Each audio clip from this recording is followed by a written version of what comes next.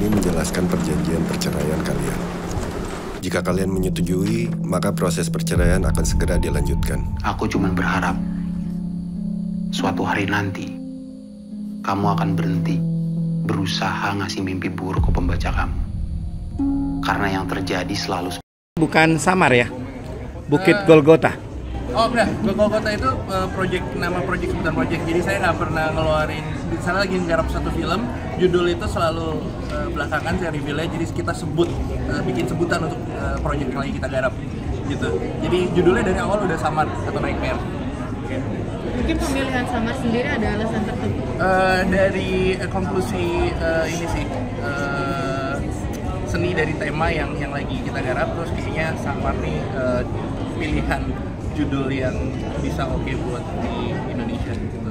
Awalnya judulnya itu Nightmare atau mimpi buruk, cuman kayak mimpi buruk tuh kurang asik, udah sering juga dipakai. Jadi aku pikir oke, approach-nya nih diadaptasi ke judul Indonesianya Samar kayaknya. Nanti harus nonton sih.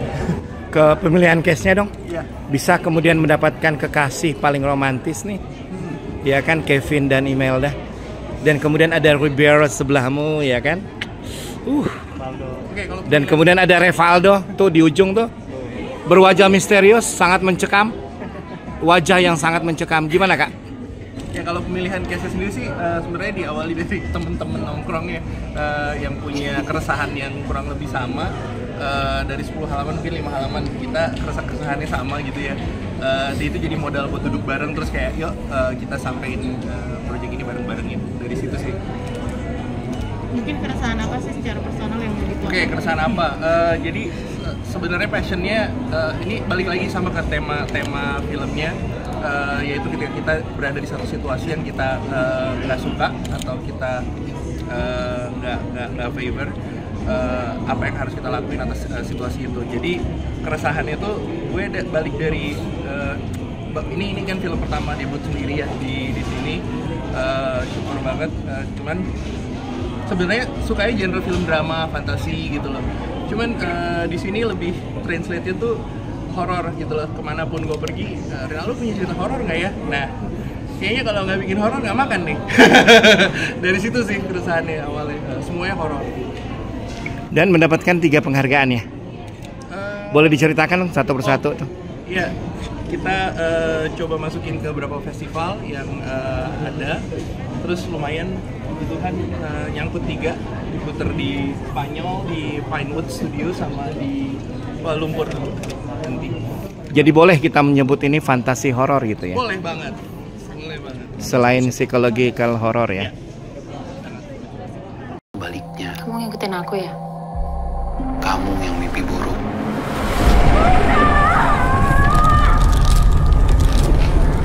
Ilmira Nirmala. Jadi seberapa banyak yang lo tau? Gue janji, gue akan balikin lu lebih awal begitu rumah gue laku duluan. Coba pertimbangin lagi, Mir. Cuman ini doang sih, gue skeptis banget orangnya yang punya setan, mau dapetin anak segala macam. Waktu lagi syuting, tiba-tiba ada adegan drama biasa, nggak bukan setan-setanan gitu, pagi-pagi syuting. Terus lagi di editingnya tuh ada kerekam suara kita nggak tahu ini siapa gitu. Ya, ada. Anak kecil, suara Cuman anak gue kecil. kayak, tapi ada. Berarti di film ini juga ada nanti ditayang di...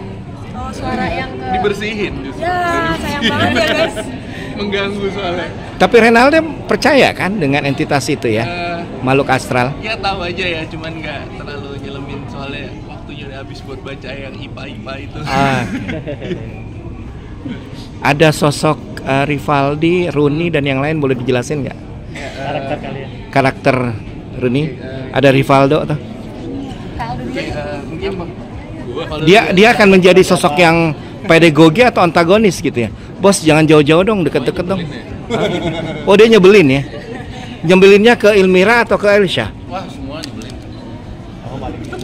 Emang sih, gesturnya emang begitu sih. Iya, mau nyebelin.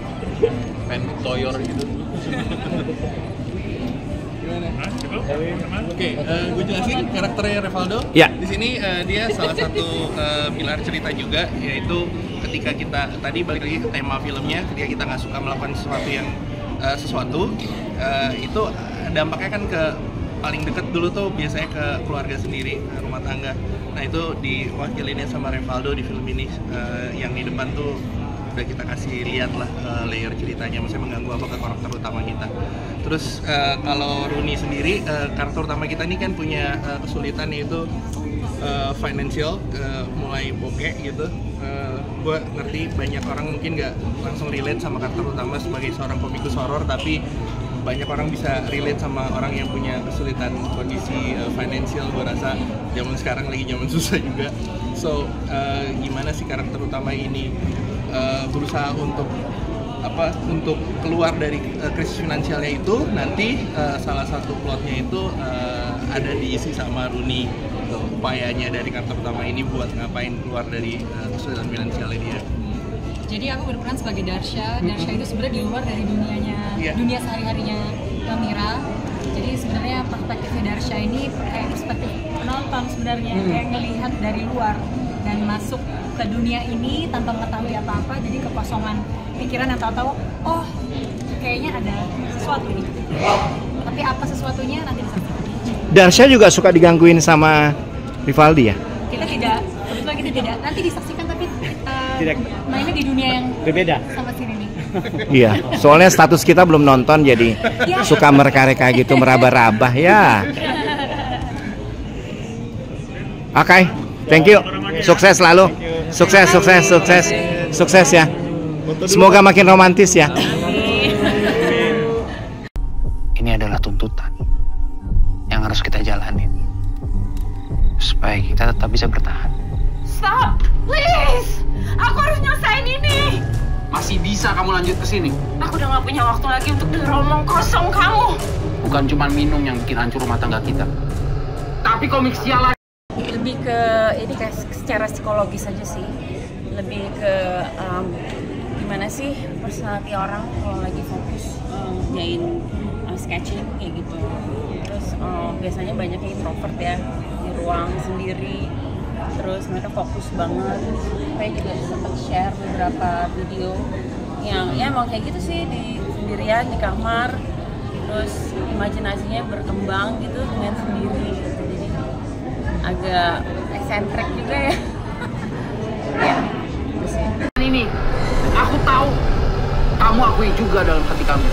Kamu nggak bisa jual rumah ini, kamu nggak bisa lanjut kerja, dan yang paling parah, kamu nggak tahu harus selesaiin kisah ini gimana. Aku percaya, kamu nggak boleh bilang. Tapi kamu udah harus selesai. Aku kan udah bilang. Horor. Dan kemudian tagline-nya itu is psychological horror. Dijelasin Kak. Kak, tolong majuan dikit dong Kak. Ya ini emang aku seneng sih bisa terlibat di project ini. Ini sutradaranya Renaldo Samsara. Filmnya gameplay ngomongin genre di tengah-tengah genre horor yang bertaburan di Indonesia. Ini salah satu film horor yang menurut aku fresh banget, patut diperjuangkan. Karena ini film anak bangsa yang harus disupport. Kalau aku pribadi ya benar tadi psychological, drama, fantasi, lebih ke drama fantasi, tapi dibalut dengan ambience yang dark. Dari horor itu datang dari diri lo sendiri ya? Apa? Jadi horor itu datang dari diri lo sendiri? Horor itu datang dari diri lo sendiri. Yourself? No. Elmira itu seorang komikus membuat cerita seram yang memang dia punya skill untuk meng-create cerita yang disukai sama pembaca horor. Kak, sebagai memerankan karakter yang sebagai seniman tulis gitu, sejauh mana sih riset yang dilakukan? Jujur ya, kita riset lumayan panjang ya. Film ini juga udah cukup lama ya didevelop. Langsung penulis dan sutradara Renaldo Samsara. 2019 ya? 2019 mulai. Tadi ngomongnya 2021. Enggak Pak, langsung dilarang. Benar officially bikin ininya skrip ya. Oh iya. 2019 kita ngoceh-ngoceh. Enggak Pak. Agak kagok emang Kevin di sini. Risetnya lumayan panjang. Aku senang banget di sini, karakternya sangat eye catching banget ya tentang komikus. Jadi aku juga sempat riset juga sama komikus asli, ilustrator horor yang mereka pakai digital. dan mereka menuangkan semua ide-ide gilanya di dalam sebuah digital itu sambil gambar. Kalau dari kakak sendiri butuh berapa lama untuk menjiwai untuk menjiwai itu? Berapa lama ya, Re? Aku lebih banyak diskusi sama sutradara, lebih banyak diskusi tentang dialog, gimana mau bawainnya, terus background ceritanya. Jadi ya lumayan lama. Enggak sih, ya kurang lebih lah. Jadi dihantui atau menghantui ya? Dua-duanya. Dua-duanya sih. Mereka nggak mau komik itu selesai. Emangnya kenapa kalau komik Shalan itu selesai? Mereka juga tahu kalau kamu akan berhenti ceritain kisah mereka. Dan kisah mereka lah yang selama ini kasih kita makan.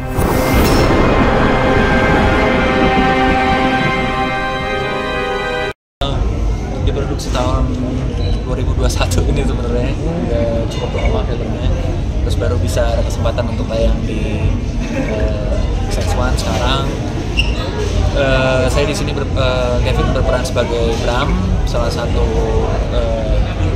temannya Ilmira Nirmala, penerbit buku, komikus ya? Ya komikus ya, Ilmira penulis komikus dan segala macam. Jadi sebagai teman dekat lah sih sebenarnya, dan lurus-lurus aja, malah justru karena sebagai teman dekat jadinya emang yang support banget tentang hidupnya dia, yang dia tuh tinggal cukup jauh dari perkotaan lah ibaratnya gitu. Konflik yang terjadi antara komikus dan Bram? Nggak ada konflik sebenarnya sih, lebih kepada support aja sih kalau gitu. Tapi kalau misalnya untuk konfliknya sendiri justru nanti langsung diceritakan sama Ilmira sendiri. Tapi chemistry-nya sangat mulus banget ya? Karena in real life kalian adalah sepasang kekasih. Wah, mantap. Iya nggak? Teman-teman kalau mau foto Iya kan? rame-rame. Vin, belum dijawab itu, Vin. Iya. Jawabannya apa? Jawabannya benar. Benar? Iya. Apa yang benar? Chemistry kan? Oh, chemistry-nya. Jadi sangat syahdu gitu ya? Syahdu banget. Banyak belajar sih dong. Bagaimana? Oke, Kak Emel gabung dong, Kak Emel. Hai. Nah, ini dia nih. Oh iya, udah maju dong. Kak. Iya, lebih tengah. Oke. Foto bertiga dulu. 1, 2, 3, cheers. Kak Imelda, cheers. Sini boleh. Dan kisah mereka lah yang selama ini kasih kita makan.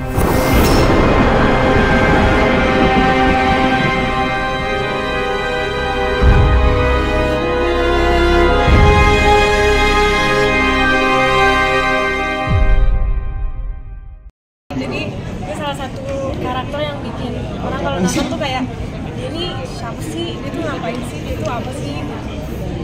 Aku gak boleh terlalu banyak ngomong tentang dia karena dia kayak lumayan masuk di plot twist. Memerankan karakter yang misterius mungkin ada kesamaan. Namanya siapa? Namanya Elsa. Elsa ya. Seberapa mirip sih karakter di film ini dengan keseluruhan dia? Jauh banget sih. Jauh banget dari diri aku sendiri karena cara dia ngomong itu juga lumayan aneh, kayak ini kenapa sih? Tapi dia tuh biasanya ada di situ tiap kali Ilmira lagi stres atau dealing sama trauma dan pesnya dia tuh pasti tiba-tiba ada Elsa yang cuma kayak ngeliatin doang, tapi itu ngeganggu si Ilmira banget. Jadi dia tuh kayak agak lumayan jadi trigger buat si Ilmira sih. Dengan riset tadi jadi sosok misterius tadi gimana sih? Aku banyak nonton video musik buat anak kecil. Terus aku main nonton anak kecil sih. Terus aku kayak sempat beli boneka buat aku bawa untuk syuting, itu lumayan ngebantu aja, kayak bahan dimana bikin aku ngerasa dekat sama si karakter. Tapi sempat kebawa nggak sih kehidupan nyata gitu? Nggak, mungkin alhamdulillah karena lumayan jauh dari diri aku tahu mana yang aku, mana yang dia, jadi lumayan jauh saya. Menjadi horor yang beda, apalagi di sutradara Renaldo. Orang-orang mendapatkan pembelajaran apa sih di film ini? Mungkin lebih dari karakter yang aku mainin sih, karena karakter Si Elsa ya? ini lumayan Gothic, dark, lumayan. gothic dark. Tapi dia tuh kayak polos banget gitu loh, jiwanya tuh kayak innocent soul, terus kayak memainkan karakter yang polos kayak gitu, aku lumayan ngegali ke dalam diriku, ke inner child aku. Tapi nggak sampai dimatikan sutradara ya di akhir film? Matikan. Iya. Nggak ya? Karakternya hidup ya? Aman sih karakternya. Aman ya? Sempat diskusi dengan psikolog. Tergantung persepsi ya. Sempat diskusi juga maksudnya dengan psikolog atau ahli-ahli. Baca buku banyak, baca. Emangnya mental health juga Helsha ya? Nggak kan? Sebenarnya dia lebih ke yang triggernya buat Elmira sih. Oke. Tapi mereka nggak begitu dekat ya dengan Elmira ya, Helsha? Dekat banget? Banget sebenarnya. Cuman aku suka dicuekin. Oh. Karena aku suka ngeganggu. Oh berarti kamu? Ngeganggu, cuman ngeganggu jadinya. Itu yang menghantui dan dihantui. Dihantui. Dokumen ini menjelaskan perjanjian perceraian kalian.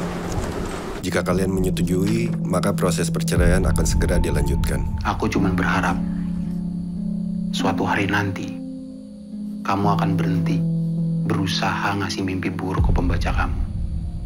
Karena yang terjadi selalu